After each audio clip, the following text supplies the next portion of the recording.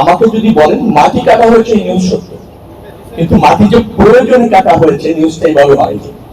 বলা হয়েছে যে মাটি এমন ভাবে কাটা হচ্ছে অপরিকল্পিত ভাবে, স্বেচ্ছাচারী ভাবে কেটে নিয়ে এই যে ভায়াডাক্ট যেটা আছে রেল লাইন সেটা ক্ষতিগ্রস্ত হবে। এই তথ্যটি যারা বলেছেন সেটা ভিত্তিহীন।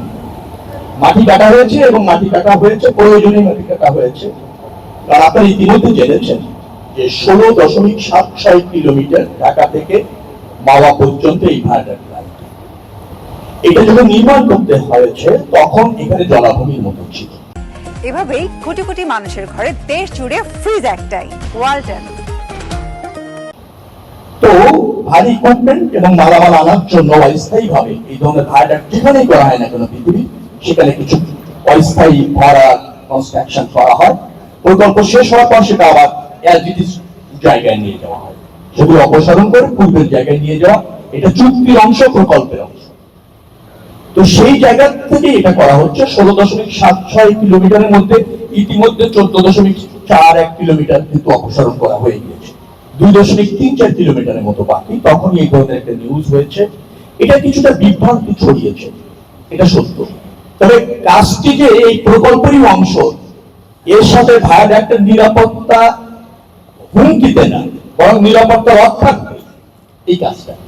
কারণ এখানে আপনার প্রাকৃতিক পরিবেশটা থাকতে হবে, ন্যাচারাল প্রবাহ অবাধ থাকতে হবে, তার অংশ হিসেবে এই কাজ। এখন যেখানে দেখছেন এভারেজে, আমি যতটুকু জানি 5.5 ফিটের মতো মাটি এভারেজ এই 16.76 কিলোমিটারের মতো অপসারণ করতে হবে।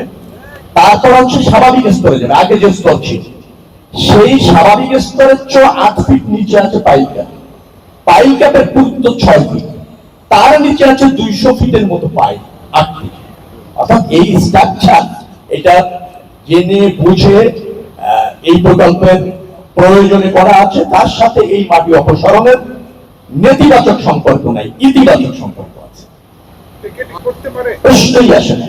কারণ এটা দেখার জন্য আমি বলেছি জ্ঞানসম্মত লোকজনের সাথে জড়িত, ডিজাইন সম্পূর্ণ নিরাপদ, এবং যে কাজটা করা হচ্ছে তার ডিজাইনের অংশ। আমি আরো মনে করছি এই ভায়াডাক্টের নিরাপত্তার জন্য, এখানকার পরিবেশের জন্য, স্বাভাবিক প্রবাহ, জলরাশি, জলাভূমি, আর্দ্রতা সবকিছু মিলিয়ে এই মাটিটা যে 2.34 কিলোমিটার অপসারণ দরকার, সেটা করা একান্তই প্রয়োজন। আমরা সেটা করতে চাচ্ছি, আপনাদের সহযোগিতা চাচ্ছি। ডেফিনেটলি যারা আমাদের সাথে জড়িত তারা এই ভায়াডাক্টের নিরাপত্তা নিয়ে আপনাদের মতো সচেতন, দায়িত্বশীল।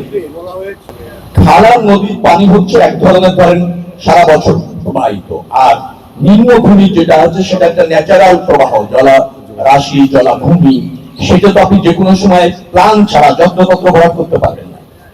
এবং এখানে দেখুন মার্ক করা যে জায়গাটা আছে বাংলাদেশের রেলওয়ের জায়গা, এখানে আগামীতে এটা এক্সটেনশনও হতে পারে, এই ভায়াডাক্ট আরো প্রয়োজন হতে পারে।